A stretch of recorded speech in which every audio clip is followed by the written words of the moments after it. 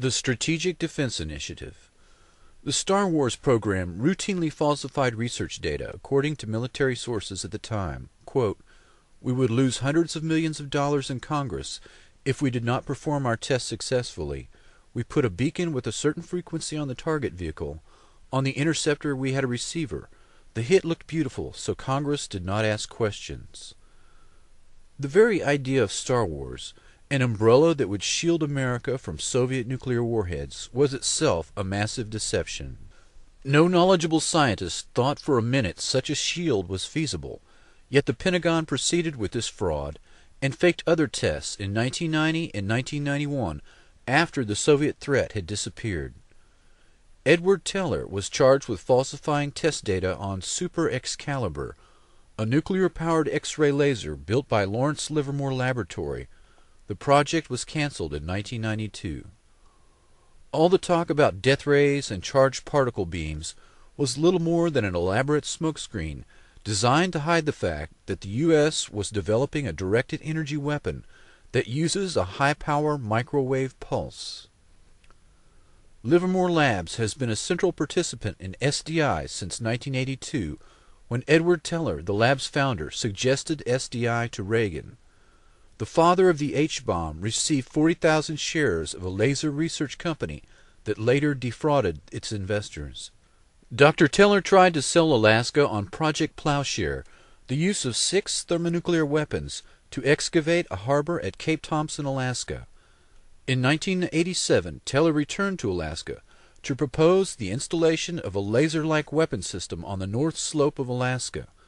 The weapon system Teller was trying to sell was classified and not openly discussed, but the presentations indicated this Star Wars weapon was in fact HARP. In 1995, Congress killed funding for Star Wars, but HARP continues as the ultimate SDI radio frequency radiation weapon. The Reagan administration intensified the push into electromagnetic weapons development under Project Sleeping Beauty. A scientist working for the Army's Ballistic Defense Command complained to the House Government Operations Committee that as much as half of the entire SDI budget had disappeared into classified projects. Suddenly there was a threat to this world from some other species, from another planet, outside in the universe. We'd forget all the little local differences that we have between our countries. Perhaps we need some outside universal threat to make us recognize this common bound. I occasionally think how quickly our differences worldwide would vanish if we were facing an alien threat. High-Frequency Active Auroral Research Project, HARP. 30 miles from Fairbanks, Alaska, is the real focus of anti-missile defense that SDI was purported to be, and much more. The public patent was titled "A Method and Apparatus for Altering a Region of the Earth's Atmosphere, Ionosphere, and Magnetosphere." Dr. Bernard Eastland, a physicist who holds a patent for the fusion torch, and also holds a dozen others related to HARP that were eventually purchased by E-Systems and Raytheon. Patent number 4686605 claims the following uses: cause total disruption of all forms of communications over a very large portion of the Earth, missile or aircraft destruction, deflection, or confusion, weather modification, by altering solar absorption, also altering composition of the atmosphere. This patent was classified by the Navy under National Security Order in 1987, but other public patents exist for purposes of power beaming systems, artificial ionospheric mirror composed of a plasma layer, creation of artificial ionizing clouds above the Earth, defense system for discriminating between objects in space, nuclear-sized explosions without radiation. HARP is described as a research instrument for studying the ionosphere, an ionospheric heater, or IRI, of which many exist, but HARP is special. The ability to focus energy and the unprecedented amount, in gigawatts, billions of watts, makes it literally millions of times more effective at heating the region about 120 miles above the Earth's surface. The atmosphere has most of its density below 30 miles altitude. The ionosphere is the very thin layer above that absorbs dangerous ultraviolet radiation and makes life possible on Earth. There is very little mixing normally between the two layers, but disturbances in the ionosphere translate to changes in weather, such as normally occurring sunspots and the solar wind. The main idea behind HAARP is the ability to direct electrons along the naturally occurring magnetic field lines of the Earth and accelerate them to near the speed of light to form a protective shell of highly excited particles that not only block communications worldwide, but destroy missiles in their trajectory as they descend from space. The effects can be localized by punching a hole through the ionosphere to superheat an area 30 kilometers in diameter into a plasma shield. Any missile or aircraft would be destroyed that tried to fly through the plasma, which is the fourth state of matter. A hole in the ionosphere above an enemy country could kill by allowing solar radiation to strike the surface unhindered. Weather modification could also be used as an instrument of warfare by manipulating the electric jet and the jet streams that dictate climate. The publicly stated aim is C3, Command, Communication, and Control. The margin of victory in war is to block or intercept enemy communications and to secure your own. The signals in the ELF extremely low frequency range can be generated by HAARP and heard anywhere in the world, and are used for Earth-penetrating tomography, basically finding enemy submarines and underground bases. Dr. Richard Williams says the high-energy experiments will generate the equivalent of the output of 10 to 100 large power-generating stations, and that, quote, tests of these kinds could cause irreversible damage.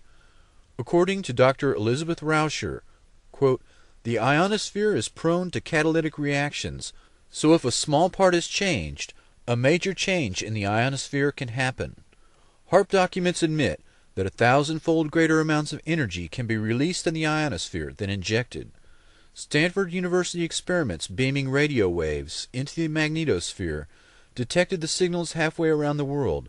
Some were amplified 1,000 times. David Yarrow states, quote, Earth's axial spin means that a burst lasting more than a few minutes will slice through the ionosphere like a microwave knife, producing not a hole, but a long tear, an incision. HAARP documents describe intentionally trying to get a runaway effect in the ionosphere. Quote, the instabilities commonly studied are approaching their maximum radiofrequency energy dissipative capacity, beyond which the plasma process will run away until the next limiting factor is reached. The first atomic weapons testing was done without knowing if the chain reaction would stop or keep going. Dr. Oppenheimer admitted years later that, quote, the government knew that the scientists didn't know. The decision to pulse several gigawatts of energy into the ionosphere could cross a threshold. Walter Richmond wrote of an account of such an event in a book entitled The Lost Millennium. The event began with a solar tap, a planetary short circuit. Quote, the surge of power became an avalanche. At the pole in the vertical plane of the Earth's magnetic field where the winds of magnetism would not rise to blow it out, 1 trillion watt-seconds of energy unleashed their fury on the polar cap in the first flash. Even as it discharged, the ionosphere was recharged from the solar furnace. The first flash became a mighty roar that poured an increased and now steady stream of energy through the now stabilized short circuit. Kilocubit after square kilocubit of frozen wasteland boiled. Watt after watt of ever-increasing avalanched energy lit the polar cap with a glare that had never before been seen. Earth's an electrical motor. When the motor began to run wild, it would increase its rotational speed. Eventually the Earth would explode from increased centrifugal stress. The HAARP project manager describes the experiment of Earth-penetrating capability using frequencies of 10 to 20 Hertz pulses per second, or maybe 1 Hertz, 1 cycle per second type waves. This range of frequencies are the same dominant frequencies within which the human brain normally operates. The military, particularly the Navy and Air Force, have extensive research on the negative effects of extremely low-frequency radiation. These effects have been well documented, but the government easily deflects public concern by playing down the effects and minimizing the risks. This is the same method used for other military systems, including nuclear weapons tests, LSD experiments, and radiation experiments, all carried out on unknowing subjects under the guise of national security. The environmental impact statement has been falsified as to the true nature of the weapon system, its capabilities, and its possible fallout.